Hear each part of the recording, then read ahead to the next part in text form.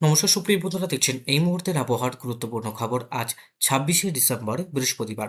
চলে আসলাম গুরুত্বপূর্ণ আবহাওয়ার আপডেট নিয়ে। তো সুপ্রিয় বন্ধুরা, আপনারা কোন কোন জেলা থেকে দেখছেন, আবহাওয়ার পরিস্থিতি কী রয়েছে, অবশ্যই আমাদের ভিডিওর কমেন্ট বক্সে লিখে জানাবেন। ইতিমধ্যে জারি হয়েছে লাল এবং হলুদ এবং কমলার সতর্কবার্তা। কোন কোন জেলায় শৈত্যপ্রবাহ এবং ভয়ঙ্কর ঠান্ডার পূর্বাভাস দেওয়া হয়েছে সেটা আপনাদেরকে জানাবো। কোন কোন জেলায় ঘন কুয়াশার সাথে সাথে বইবে শৈত্যপ্রবাহ সেটাও আপনাদেরকে জানাবো। তো সুপ্রিয় বন্ধুরা, ধৈর্য সহকারে সম্পূর্ণ দেখবেন। তো অবশ্যই সবকিছুই কিন্তু আমি বিস্তারিত জানাবো এই আপডেটে। তো প্রথমেই আপনারা দেখতে পাচ্ছেন উপগ্রহ চিত্র। ইতিমধ্যেই গোটা ভারতবর্ষ পরিষ্কার। আমাদের ত্রিপুরা, নাগাল্যান্ড, মণিপুর, মিজোরাম থেকে শুরু করে সিকিম, দার্জিলিং, শিলিগুড়ি, জলপাইগুড়ি, ধূপগুড়ি, ময়নাগুড়ি, মালদা, কলকাতা, বহরমপুর, মুর্শিদাবাদ, দুর্গাপুর, আসানসোল, বীরভূম সমস্ত অঞ্চলেই কিন্তু আর সমস্ত অঞ্চলেই কিন্তু পরিষ্কার আকাশ। আর কিছুক্ষণের মধ্যেই কিন্তু আবহাওয়ার পরিবর্তন আসতে চলেছে বন্ধুরা। আসতে চলেছে ওয়েস্টার্ন ডিস্টার্বেন্স, মানে পশ্চিমী ঝঞ্ঝা। এই পশ্চিমী ঝঞ্ঝার প্রভাবে আরও বিপদ বাড়বে পশ্চিমবঙ্গে। আস্তে আস্তে কিন্তু পারদ নিচের দিকে নামছে দক্ষিণবঙ্গে। আগামীতে আরও পারদ পতনের সম্ভাবনা রয়েছে। তো এই মুহূর্তে আবহাওয়া কিন্তু একদম পরিষ্কার। কোথাও কিন্তু বৃষ্টি হচ্ছে না আমাদের ভারতবর্ষে। আর এদিকে পশ্চিম দিক থেকে, উত্তর-পশ্চিম দিক থেকে একটা ঝঞ্ঝা আসবে, এর প্রভাবে উত্তরে যে হাওয়ার দাপট সেটা কিন্তু বাড়বে। তো এখনো পর্যন্ত শীতল কনকনে ঠান্ডা হাওয়া কিন্তু পাচ্ছে। ঠান্ডার ইনিংস কিন্তু ভালোই চলছে। আর এর মধ্যেই কিন্তু ঘন কুয়াশার সতর্কবার্তা দেওয়া হয়েছে বন্ধুরা। তো চলুন আমরা ঘন কুয়াশা কোন কোন জেলায় পড়তে পারে উত্তরবঙ্গে এবং দক্ষিণবঙ্গে সেটা প্রথমে দেখব। তো সবার কাছে কিন্তু সময় অনেকটাই কম। তো অবশ্যই কিন্তু ঘন কুয়াশার আপডেটটা অনেকটাই গুরুত্বপূর্ণ বন্ধুরা। অবশ্যই কিন্তু আপনারা এই নিবেদনটা একটু ভালো মতন দেখবেন। কারণ কুয়াশার কারণে অনেক জায়গায় আপনারা যাচ্ছেন, হয়তো ফেঁসে যাচ্ছেন। অনেক স্লো গাড়ি চালাতে হচ্ছে, বা অনেক সময় অনেক কিছুই কিন্তু ফেস করতে হয় কুয়াশার জন্য। তো চলুন আমরা ২৬ তারিখ সকাল থেকে যে আপডেট পাচ্ছি, ঘন কুয়াশা থাকবে ২৬ তারিখ। ঠাকুরগঞ্জ থেকে শুরু করে জলপাইগুড়ি, ইসলামপুর, পানাগড়, ধূপগুড়ি, ময়নাগুড়ি থেকে আসাম, আসাম থেকে শুরু করে ত্রিপুরা, এদিকে হচ্ছে দিল্লি এনসিআর থেকে শুরু করে উত্তরপ্রদেশ। আর এদিকে মোটামুটি সমস্ত অঞ্চলে কিন্তু কুয়াশাটা বাড়বে। কুয়াশা গোটা উত্তরবঙ্গে কিন্তু আমরা লক্ষ্য করতে পারবো। আর এই কুয়াশাটা আস্তে আস্তে কিন্তু আরো বাড়বে ভোর ৩টের সময়। যেটা আপডেট পাচ্ছি, ভোর ৩টের সময় কুয়াশাটা আরো বাড়বে এখানে। ২৭ তারিখেও কিন্তু সেম পরিস্থিতি হবে। ২৭ তারিখ আ মোটামুটি সমস্ত অঞ্চলে কুয়াশা থাকবে। সবথেকে বেশি কুয়াশা থাকবে দিল্লি, মুম্বাই, লখনৌ, প্রয়াগরাজ মানে উত্তরপ্রদেশ। উত্তরবঙ্গে ঘন কুয়াশা থাকবে শিলিগুড়ি, জলপাইগুড়ি, আলিপুরদুয়ার, কোচবিহার এবং ত্রিপুরা। যারা দেখছেন অবশ্যই আপডেটটা মিলিয়ে নিবেন যে এই ২৮ তারিখে রবিবারও কিন্তু ভয়ঙ্কর ঠান্ডা থাকবে। তার পাশাপাশি কুয়াশা থাকবে দিল্লি, মুম্বাই, আগ্রা, লখনৌ। মানে উত্তর-পূর্ব ভারতে যত ট্রেন আছে সব কিন্তু দেরিতে চলবে বন্ধুরা।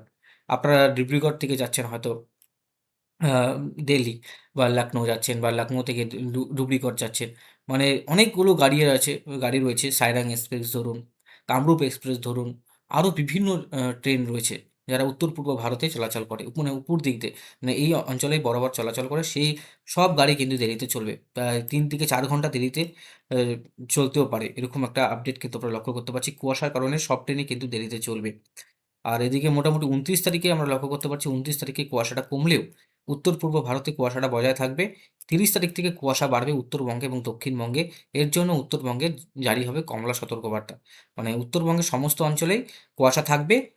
৩০ তারিখ, ৩১ তারিখ থেকে কিন্তু দক্ষিণবঙ্গে কুয়াশাটা বাড়বে। দক্ষিণবঙ্গে কিন্তু এই ২৬, ২৭, ২৮ তারিখে হালকা থেকে মাঝারি কুয়াশা পড়তে পারে। কিন্তু ৩০, ৩১ এর পর থেকে পুরুলিয়া, বাঁকুড়া, বীরভূম, ঝাড়গ্রাম, খড়গপুর, চন্দ্রকোনা, বালিচক, বেলদা থেকে শুরু করে এইখানে আরও গোপীবল্লভপুর, আর আপনাদের দেখুন এইদিকে মানিকপাড়া, মেদিনীপুর, খড়গপুর, বলরামপুর, কেশপুর সমস্ত অঞ্চলে কিন্তু ২২ তারিখ তাপমাত্রা, আজকে কতটা তাপমাত্রা আমরা শো করতে পারছি সেটা আপনাদেরকে দেখিয়ে দিচ্ছি। মোটামুটি উত্তরবঙ্গে ১০ থেকে ১৩ ডিগ্রির কাছাকাছি তাপমাত্রা পৌঁছে গেছে।